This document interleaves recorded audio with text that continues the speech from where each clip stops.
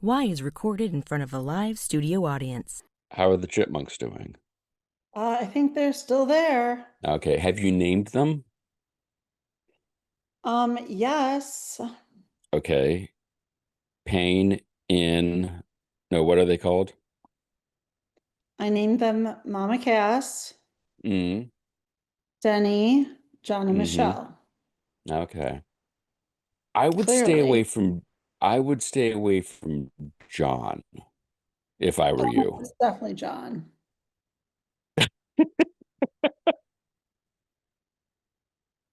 Of course Uh, it's John. Always the First one. I mean, Mama troublemaker. Cass was the first one, but no, there's definitely a John. John was the second one. Yeah. And one of them's, I mean, definitely Mm, one of them's clearly China, but yeah. I think Mama Cass just wants to hang out and have a good time, you know? well, yeah, but because I clearly my house is Laurel Canyon for animals. That's what I've said so many times. Well, I wanted it to be very Laurel Canyon-like, but I didn't anticipate that it would actually be the Laurel Canyon for animals. So Just wait. Next week, you're going to pull in, and Graham Nash is going to be in your garage. they were going to be Crosby, Stills, and Nash, but I decided Mm, that I felt because I think it is a nest. I mm. It would be great if there were three or there were four, and one kind of just came and went, and that could be young. know that would be awesome if I could really tell. Mm. I didn't want them to be, they clearly could not be out. Lonely, sure. Right. Wait, was that what did you not want them to be? Well, they can't be Elvin, Simon, and Theodore. No, that's too on the nose. Right. And so I did think they'd be Crosby, Stills, and Nash and Young, but then I can't really monitor them. Like when it was Fleetwood Mac up on the balcony, I could watch their goings on. Right. And find out if they made love and fun. I mean, Christine McVie definitely makes Love and Fun because she does come back and visit every now and again, but she She doesn't does? Well, stick she's a around. songbird. She is a songbird, but she has figured out the lay of the land and she does not Mm. linger. Because she wants to be with you everywhere. So that's not just at your apartment. Right, Mm. exactly, which I like. Right. And she is not, overstaying her welcome. So, Yeah, I'd stay away from the Mick Fleetwood bird, by the way. oh, the McFleetwood would be so Oh my fun. God. You don't want a coked up Mick Fleetwood I know, bird. but don't you think well, you're not the right person to ask, but I feel Right. like the Mick Fleetwood is probably of that group. Mm-hmm. He's probably hands down the best in bed. Mm. Like that guy knows what he's doing. I mean, John McVie, we're just gonna set him that he's like a did not finish, in the road race of whatever else. But like I know, he's but the maybe, like, or do you think it's the quiet one with the rhythm? But that would be, I but mean, that's the McFleetwood. I mean, Mick's that's the not McFleetwood. quiet, but he No. definitely has the rhythm. Yeah. Because you know It's what the Uncle quiet. Mac says. Oh boy, let's go. Uncle Mac says if you can't dance, you're bad in bed. So the better dancer you are, the better you are in bed. So that was always the rule from like when I was in high school on. Like if you can't dance, then you're out of luck. Hmm. And But I his feel like musicianship has got to, well, musicianship counts. Like you don't have to be I mean that's it counts. Like you either have to have like it kind of what it's a not a metaphor, but the groove must be in your heart, is what you're saying. the groove has to be in your heart, right? Like Okay, if yeah. you can play an instrument if you don't if it doesn't move to your feet, if you express it elsewhere, as long as you've got Right. rhythm, it counts. As long there is groove and there is heart. Right. If it works on the bass, if it's the guitar, as long as you've got it's in your soul, you're okay. So as long as you're not, well, actually, maybe even more so. I was gonna say, as long as you're not the guy in the Mighty Mighty Boss Stones who just dances, but he's probably the best out of He the group, is, out of the nine of them or is whatever. like the guy you go for, right? Yeah. So to that point, but if you're like Fleetwood Mac, I feel like Mick's probably the guy. Like he's not the best looking. Right. But I feel like, I feel like he is a wild man. you think? I just feel like I don't know. there's the intensity of Lindsay that makes me think that, like, Yeah, but There's Lindsay something knows it's there. good. Like Lindsay knows, and Lindsay expects you Mm, to tell him he's good. And Lindsay's got the mm, hair, and he's got like, look at my right. curls. Like Yeah, Lindsay's just like, I'm Lindsay Buckingham. Like, right. I mean, Silver Springs is about me. Like, come on. Like That's I true. come Yeah, in and you just because I'm here, you should right. just be Right. pretty. Yeah, I don't know about Something Stevie kind of Nicks. not I feel sexy. like the spinny, weirdy, witchy thing. I don't Right. know about that one. I feel like he's so weird. Right. He's like unexpected. But that's what well, I feel like that way with But that's why I kind of feel like maybe John McVie is the guy. mm, Because John McVie kind of fades into the woodwork. Like John McVie is the yeah. forgotten Fleetwood Mac, right? John McVie, nobody talks about John McVie. No, no one does. Like who else slept with John McVie? Nobody else that we know of. He's the one that no one else, That's right? true. Really Yeah. swap with John McVie? I don't well, Christine McVie, did she no one else in the band, but she was Right. having the He affair went with elsewhere, the roadie, right? yeah, exactly. The You Make Love and Fun guy. Right, which makes you think that maybe John McVie didn't make Love and Fun, but maybe he did until Mm, he didn't. Like maybe John yeah. McVie's the guy. Interesting. And maybe the whole reason she said that was really to like stick it to him because John McVie did make Love and Fun until he didn't because Mm. things got a little haywire. He just he was I feel, following his you own know what, groove. I take it back. Like Mick Fleetwood is like the one and done. Like you got to do it once because it's just going to be holy shit, this was a wild ride. Hmm. But McVie is the guy that you come home at night and you're like, it has been a day and it is like hours of fun. He's got like the bubble bath and the I don't amp know it's a crank. bubble bath, but No. he's got like he is like the sleeper Hmm. that no one saw coming that will like, he's got everything ready for you. Mm. I bet even he probably has the bass amp face down on the bed Oh yeah, and it's because he's just the sitting there bass playing. player, And right? so then the entire bed's just sort of like He's vibrating. like yes, it's like full on magic fingers all the time. Sold. Yep. I am Yeah. like Team John McVie from here on out. Yeah. Yeah, understated. Always He knows the right music. He knows the the right. bridesmaid, never the bride. And he Yeah, could play with anybody. I right, mean, like Peter Green on up, like he was the constant. right. Lindsay can't keep his act together long enough. And Stevie bass can't keep players her are act better together. than everybody. We know that for a I fact. mean, not everybody, but Yes. Hello. Tell me a bass player who's not hot. Geddy Lee, Oh no, he's still hot. He's still hot. He's Geddy Lee. How is Geddy Gene Lee not? Simmons, Huh? Never mind. Uh, No, I can Demon. tell you some who are. Okay. Really? No, Tina I Wayne. mean, okay. You're gonna say Steven Jeff Ament, Taylor. who, Do I need John to say Taylor, more? right? Dee Dee Ramone. He's a Ramon. He's hot. All right, fine. Um, Tom Peterson, enough said. Mhm. I mean, you're Bass players are sexy. yeah. They know Glenn what to do. Matlock. I mean, See? okay, give me a Bass second here. players. Bill Wyman. Oh, he's Bill Wyman. John Entwistle, the Ox. Oh, you thinking they call him the Ox for They call him the Ox for a reason. I mean, come yeah. on. All right. Um, Nikki yeah. Six. Hmm? Nikki Six. Like you said, of course. Uh, all right. I can't wait till like we're in the middle of our conversation with John and I just yell out, Tom Hamilton. And you're like, "Mm." Still hot. Yeah, I mean, Paul McCartney, Right. certainly. I was holding out on that one because I didn't want to go with the obvious. Yeah, yeah, yeah. I was just saving it up. Um, They're all hot. This is why I want to play bass. Bootsy. Yeah, okay, no, I'm you're bootsy. I mean, come on. This is Why, with your hosts, Heidi Hedquist and Luke Poling. I didn't realize to go way back to the beginning, to go to, let's say, Funky Town. Um, I knew that That's Minneapolis, that's way back at the beginning.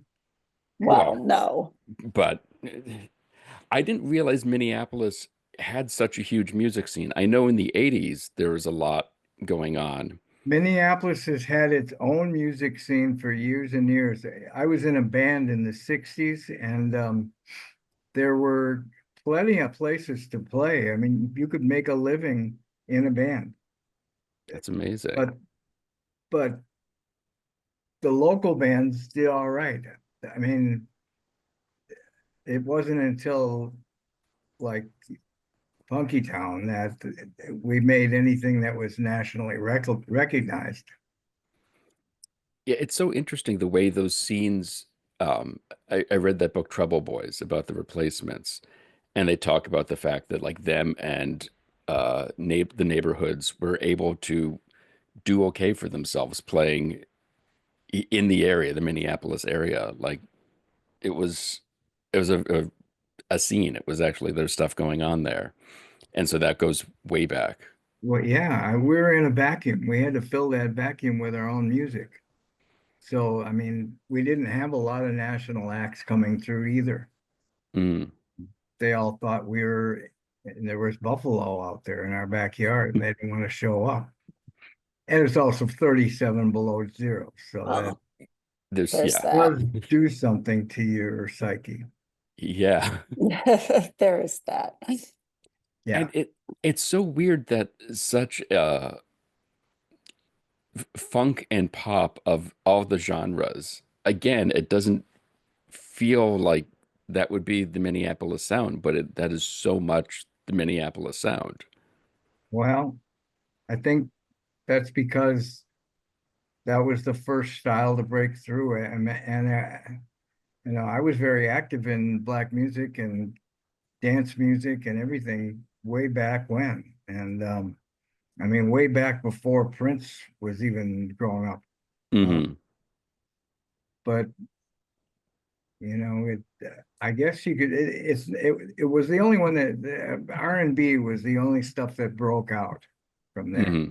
I mean, if polka music could have broke out, it was there was a lot of that there too. But that wasn't something that anyone wanted to get involved in. But um, there is a lot of styles there. It's a very diverse place for being such a microcosm of it's all by itself. Mm. There's nobody around there except for Chicago, and that's too far away. And clearly, you grew up in a musical household. I know your brother. I mean, I think don't two of your brothers were the musicians? One's a film editor. He's doing Avatar right now. Oh, the black sheep of the family. Yeah, right. Yeah. Yeah. When did you start playing? When did you kind of get interested? Well, I'm the oldest brother, and I started in folk music back in, when I was in junior high school. And I had a folk duo group like the Kingston Trio. Mhm. And then my cousin got an electric guitar, and I never recovered from that. I was in shock. That's it. I got to do that. Did So you ever contemplate not pursuing something artistic? Being from an well, artistic family, did you ever threaten to rebel against the arts? I don't know why I can't understand what. No one Yeah. ever can understand me. You're not alone. People wish Oh, they could tune me out too. Those who can. Did good you to ever know. did you ever threaten to rebel against music and the arts? Did I ever what? Threaten to rebel against it? Did you ever try to get out? Like, did you ever go, nope, we've got enough musicians and No, movie people? no, no. You No, just knew. my biggest goal was to have a hit record come out of Minneapolis, St. Paul. And we didn't have hits, any kind of bands that recorded, they just did regional hits. It wasn't, I was on the road to, because I wanted to make big records out of there and ones that sounded good. So you surpassed that a few times. Yeah. Did you Well, always? I'm glad about that. You know, I was brought up when they recorded when I was in a band, the recording engineers, we made a record. It sounded like it was so thin, sounded like a piece of paper. And I rebelled against that. And Yeah. I've got to make stuff that is world class. How does that happen? What's the difference? And that's what I was always into. Is that the thing that really got you into producing? Was just Yeah. making it sound like it sounds in your head? Yeah. And I like to think I play the recording studio like an instrument in a way, because, Hmm.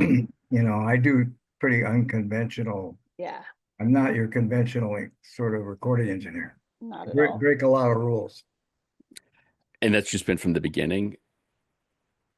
What's that? And that from the beginning, you were always sort of like, whatever it's going to Well, make. I not really from the beginning. I had to learn how to run the equipment, and I had to learn how to make a studio, you know, what this condensers did, and microphone pre and everything. I mean, until I learned that, then I started experimenting.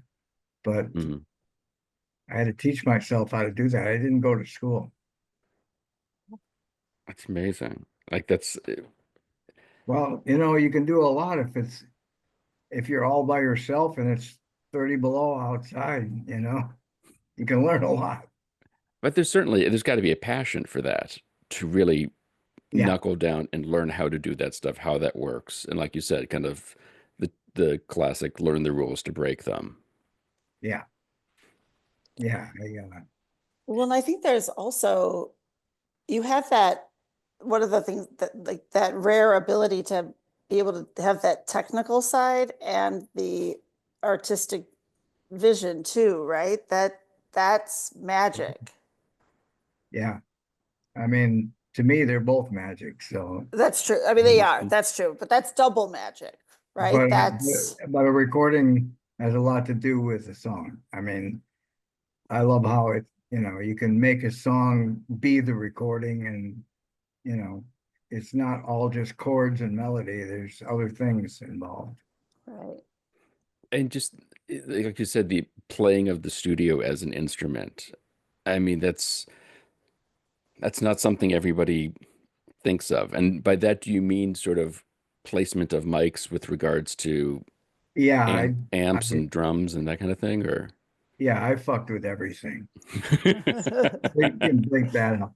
But no, I mean, yeah, there's all kinds of we used to try to be different. And when I worked with Prince, he was a big fan of that. We were trying to discuss how would we mic guitars underwater. We didn't do it, but you know, thoughts like that. Like what would that sound? Do you remember when you first saw him play? The first song, First time you saw him play? Prince? Yeah. Yeah, the first time I ever saw him play was he was in a group called Grand Central, and a friend of mine brought them in to record, and they were kids. They were 15, so they weren't, you know, they hadn't developed anything yet. You know, he could do acrobatics on the guitar, but that's acrobatics. But Right. he didn't develop his song sense right away. So there was nobody going, "Oh my God, you know, he's the next thing." Nobody knew that. We Mhm. we just you know, that's the first time I saw him. And then later on, when he came to me by himself, uh, he had all these songs on a cassette machine that he would dictate the piano part, he'd sing you know, hum the drum part, and he'd just play it back, do one instrument, then he played back another one. The piano part, he played, do that first, do this guitar second. And it was amazing. We built tracks from the bottom up. And so that was this collaboration between the two of you and assembling those songs and putting some of them Yeah, together. Was that for you, that first record? Or was this for you. before? Yeah, I worked on that for you. Right. That was his first label record, Hmm. and we had done demos that got him the people at Warner Brothers interested, so they knew he was good. Um, but they also wanted they wanted somebody else to produce them and all kinds of stuff, and he was strong. He didn't want that. He said, What I was he? got my own team. Yeah, what was he like as a collaborator, especially in the studio? He just knew what he was going to do in a way of collaboration. I mean, if he liked something, yeah, he would incorporate it, but there was not a lot of back and forth exchange of ideas. It was he would just play something and that would be it. Or, you know, when I worked with him as a musician, if I programmed something, he would like that. But he pretty much did everything himself. Hmm. What, as you look, I mean, you've had, I'm thinking about going through just when we were going through your catalog of just some of the things you've done. You've been, Insane. it's insane. I mean, for anyone to even just hone it in on one thing is out of control. I mean, we just started talking even about like later on, even just the Fine Young Cannibals. I mean, you've been a major part of or responsible for or partially responsible for some of the most iconic just sounds that we still hum to this Yeah, day. And, thank you. I like to think so. My goal is, like I said, to be different. I think a lot of the songs I've done are totally different from what they the are. what the norm was. Yeah. And no matter what group, it was a unique. I try to make it unique. So What Well, do you, oh, go oh, ahead. sorry, go ahead. What do you see in your head now? Is there something like in your head now that you're wanting to do next? uh yeah, there's always something in my head, but it's just tough right now, and there's not a lot of new artists that'll even listen. I mean, it's hard to find anybody with any influence is already doing something, and unfortunately the sales figures are Spotify and streaming is so rotten that nobody can really make any money anymore on that. So it's destroyed the impetus for people to be original musicians, Mhm. and there's just not much going on.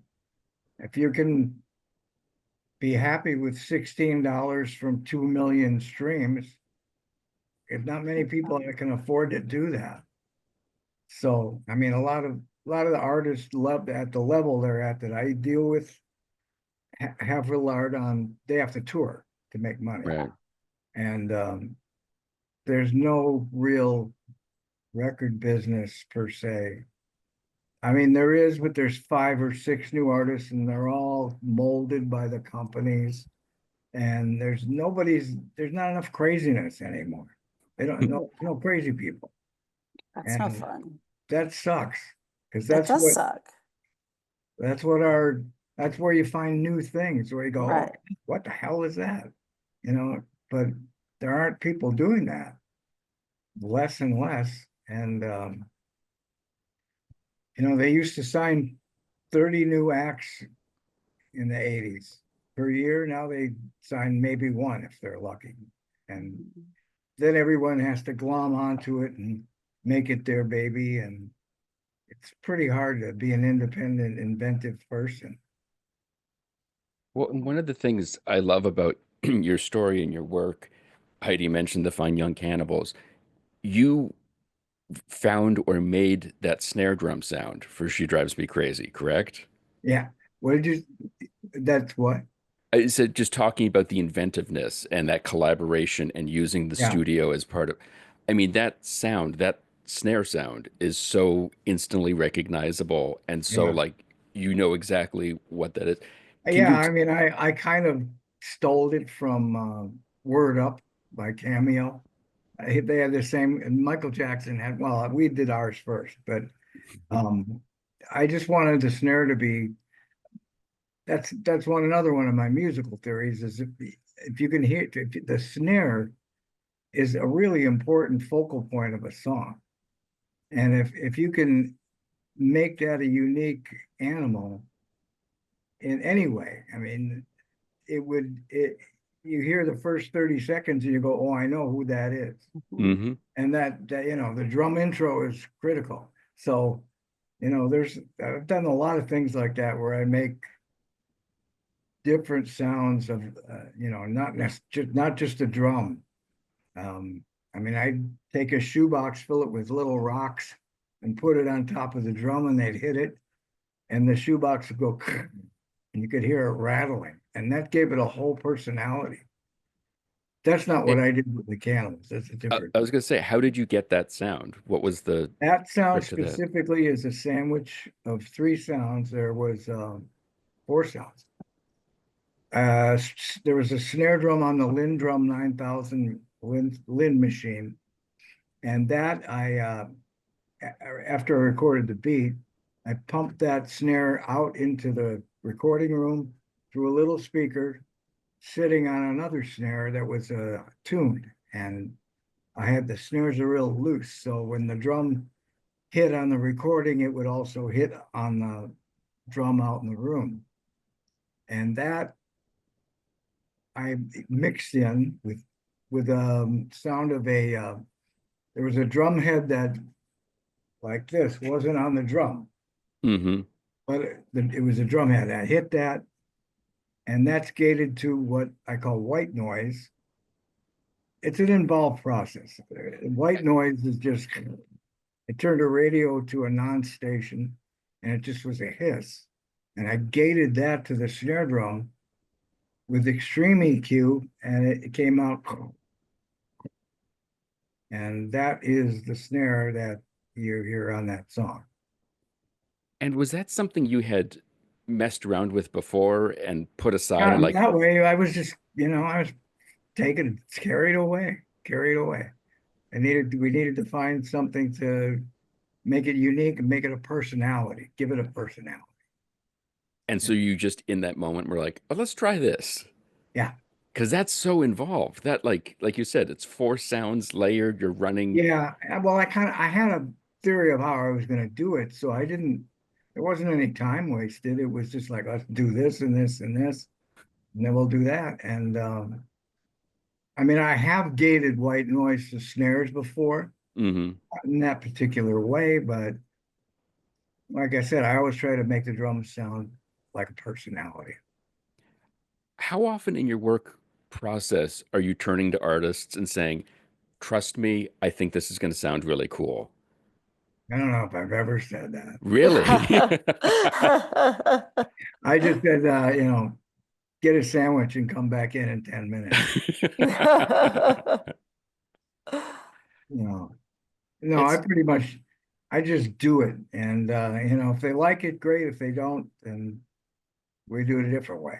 on to the next one. Or I shoot them, whatever. That works. Yeah. I guess you've also kind of earned the right to do some of this stuff, given your previous work.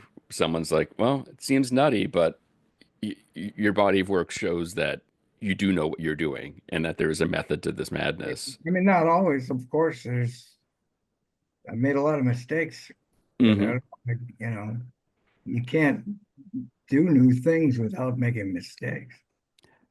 But like You you said, oh, sorry. no, go ahead. Do you surprise yourself still with what you come up with? I, I guess I do. Yeah. In the final run, yeah. Like, hey, I should did that. That worked. Yeah, I entertain myself. Yeah. That's good. Like, and I mean, I'm just thinking too, just to She Drives Me Crazy of all your work, it is still pretty ubiquitous that you can hear it places, people play it a lot. Yeah, That's got to be surreal for you. it is very surreal. Uh, I mean, I just do what I like, and then if other people like it, I'm so pleased and it's great. But yeah, some things have lasted a lot longer than I expected they would ever last. I was going to say, is it the things you thought would last that have, or does it just shock you every time? Uh, I go for an experiment. If it works, I'm not the one that I like it. I'm not the one that's going to say, you're going to like it. So I just try to make things sound like what people want or what I want. I guess that's what That's, yeah. my taste versus people. And that's why people hire me, because of my taste. Because that's really, I mean, there's a million engineers that can turn knobs. That's that's no big talent. But to think outside the box, I think, is my goal. It's backfired on me quite a bit, though. It's not always something that everyone says is great. So I've And got I know one of people your, got mad at me. well, Wow.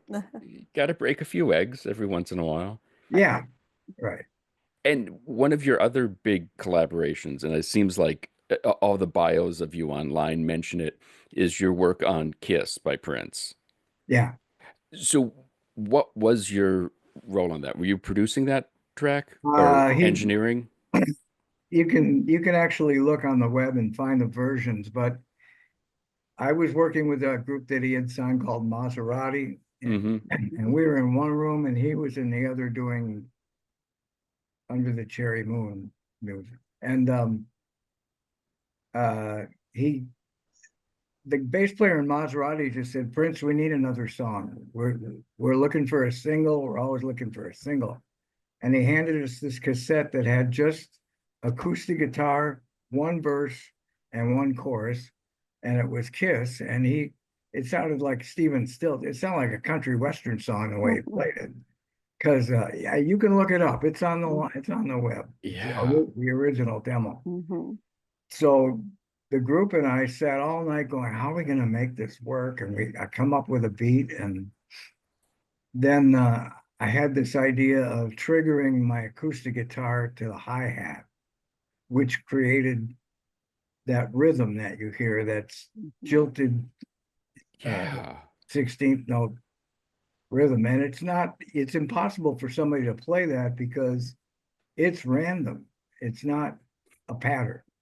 Yeah. So I mean, I just gated it so it sounded like it was a funky rhythm, Mhm. and that's how we did that. And then the background harmonies, I arranged for. There's two guys in Maserati. They sang it. I actually stole the background harmonies from a Brenda Lee song from 1956 called "Sweet Nothings," where in the background they're going, eh. It's the same thing. It's the same thing. Um, and the piano part I stole from Bo Diddley. It was a song called Say Man. So I took stuff from all over the place. And we made this groove, and one of the guys in the group sang it, and went back to the hotel. The next morning I get up, I come back and the tape is gone. And I said, where's my tape? And the engineer said, well, Prince came in and he listened to it and he took it. So I walked next door. I go, what's going on? He goes, it's too good for you guys. I'm taking it back. That's that was the story on that. I created the whole track. That's Me and the amazing. guys from Maserati. Oh, But I mean, interesting. Prince put his falsetto lead and he did an intro like James Brown. Papa's Got a Brand New Bag. Same Mhm. lick. Ding, ding, ding, ding, ding, ding, ding. Hmm. And that he put his guitar on as a lead guitar over it. Mm. And at first it was, I mean, we had everything on there, bass and Yeah. intricate piano part, and then we sat down to mix it. And Fritz goes, we don't need that, we don't need this, we don't need that. And he pulls the faders down. And so there's just that bare rhythm in the Mhm. drum beat, and the bass wasn't there anymore. Yeah. So about halfway through, I snuck the piano up a little bit just to make it change. But Hmm. that's how that song, the song took about 5 minutes to mix. Wow. That's That's amazing. It was only on 9 tracks. Jeez. Um, yeah, that was actually my most involved creation with him. Hmm. Mhm. It's the one I got most credit for it, Mhm. or I feel like it's a lot of my stuff. Yeah. Yeah. Yeah. But It's so interesting too when you look over all the blues artists that you've worked with Mhm. and the Grammy winning records,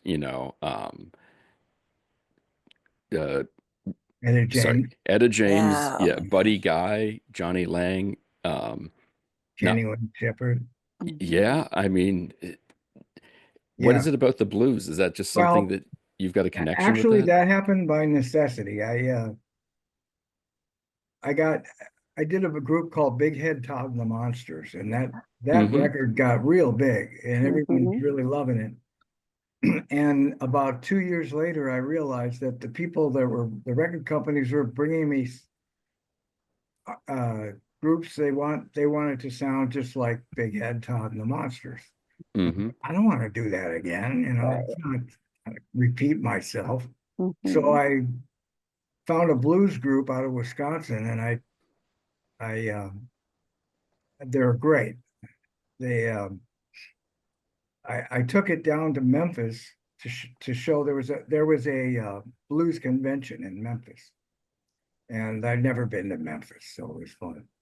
But I went down there to try and sell this act, and I ran into a guy named Gary Bells and Isaac Tigert. They were starting the House of Blues record label, Hmm. and they wanted the act, so they actually wanted me to move to Memphis, which I did.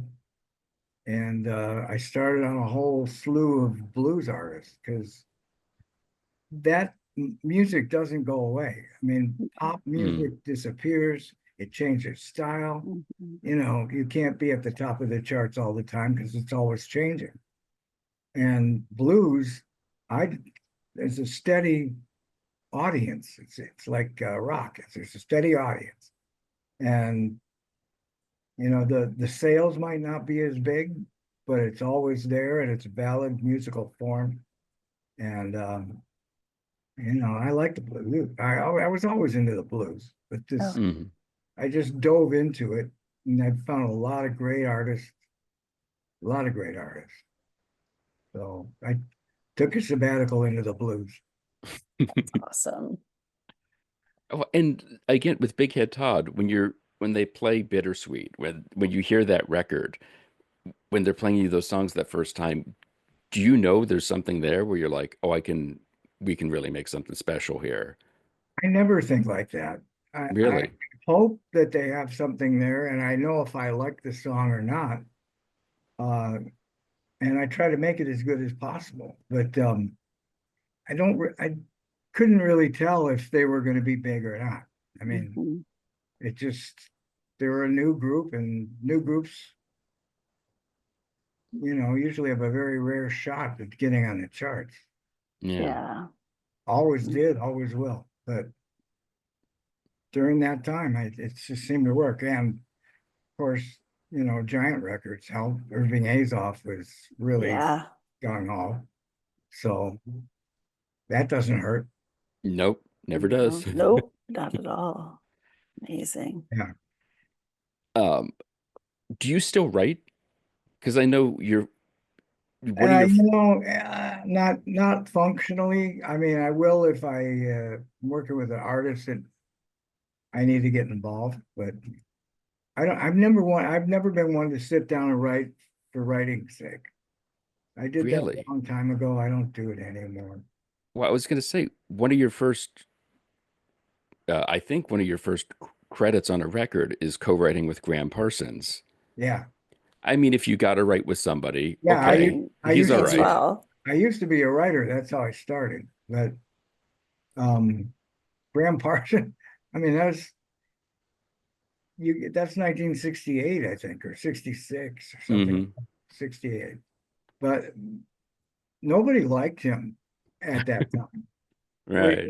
yeah, I was part of his, outlaw compatriot people, and we did drugs and we did music, and the country people didn't like him because he wasn't country enough, and the rock people didn't like him because he wasn't rock enough, and so he didn't have an audience. He Unfortunately, the guy died without knowing how big he was going to get, Yeah. and I mean, I always liked it. I was a big fan of the Byrds, and I always loved that style, country rock. But Graham was not, he was trying to do the real thing and nobody wanted it.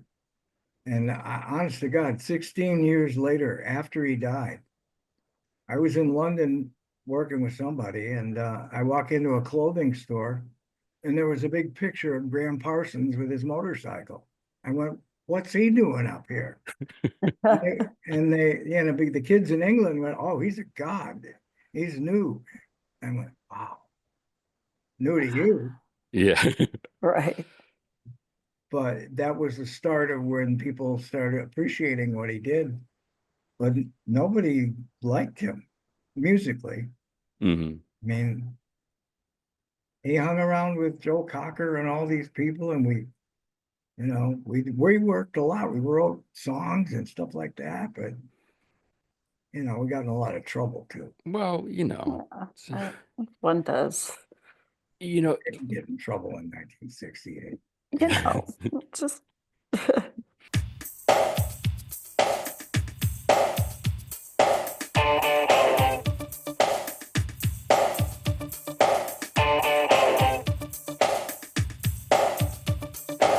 For more information on David Z, you can check out his website, davidzproducer.com. Why the Podcast is produced by the Professional Production Company.